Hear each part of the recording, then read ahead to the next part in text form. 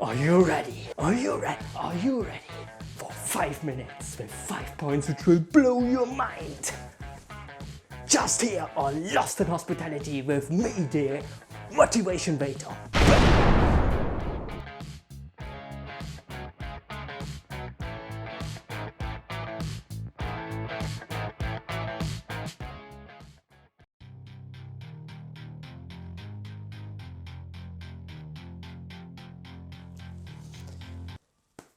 Bullshit. Hey, where are you going? I'm going out to get some fresh air. If not, the kids stay falling asleep here. And me? Tell them what happened to you in 2020 and put some fancy music and how you're lifting some weights. This quarantine, I've been aware of the intellectual stagnation that comes when you stop physically seeking out and experiencing new things. There's a loss that comes from not meeting strangers, not doing things just for the hell of doing them, not having everyday avenues of discovery and surprise. You can't avoid change, you're born to adapt.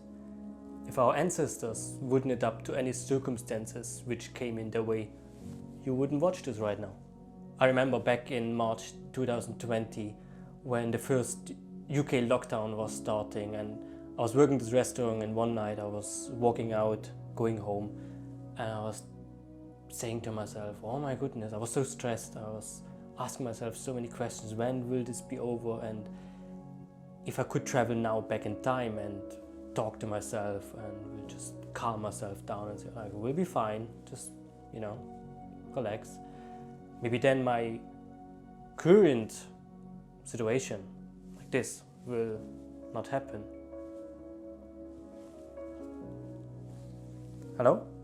Okay, thanks for giving them semi-intellectual advice, but now comes the nuggets.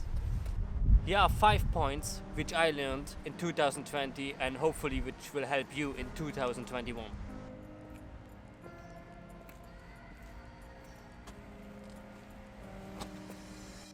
Point 1. Former Navy SEAL Jocko Willink. He developed a one-word response he uses every time he faces adversity. Good. Didn't get promoted? Good. More time to get better. Oh, mission got cancelled? Good. You can focus on another one. Didn't get funded? Didn't get the job you want? Got injured? Sprained your ankle? Got topped out? Good. This skill of flipping from negative to positive? That's just fascinating. Point 2. Your life is not written for social media. Most people describe their life as journeys or stories, but given this temptation, can be very dangerous. Narratives often lead to simplistic understanding of events, causes and effects, and often to arrogance. Point 3. Life is temporary. So when life is good, make sure you enjoy it and receive fully. And when life is not good, remember that it will not last forever and better days are on the way. If 2020 proved something, then schools are not for learning, restaurants aren't about eating, offices aren't about working, cinemas aren't about movies. You don't need a record label to release an album. You don't need a publisher to put out a book. You don't need an agent to produce a podcast. You live in the future. The only thing in your way is yourself. Point 4. So, what got me through these challenging times in 2020? Having something every single day to look forward to. Not tomorrow, not next week, not next month, every single day. Your job, a football game, a workout. This keeps your soul hungry and then it wants to create more of these moments.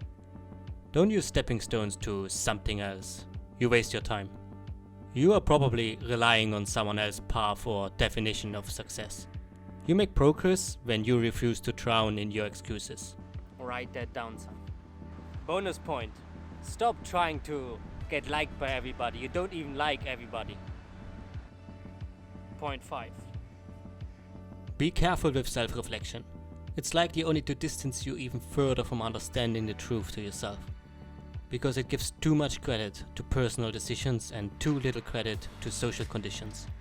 If you're rich, you're likely to conclude that it's because you made wise choices.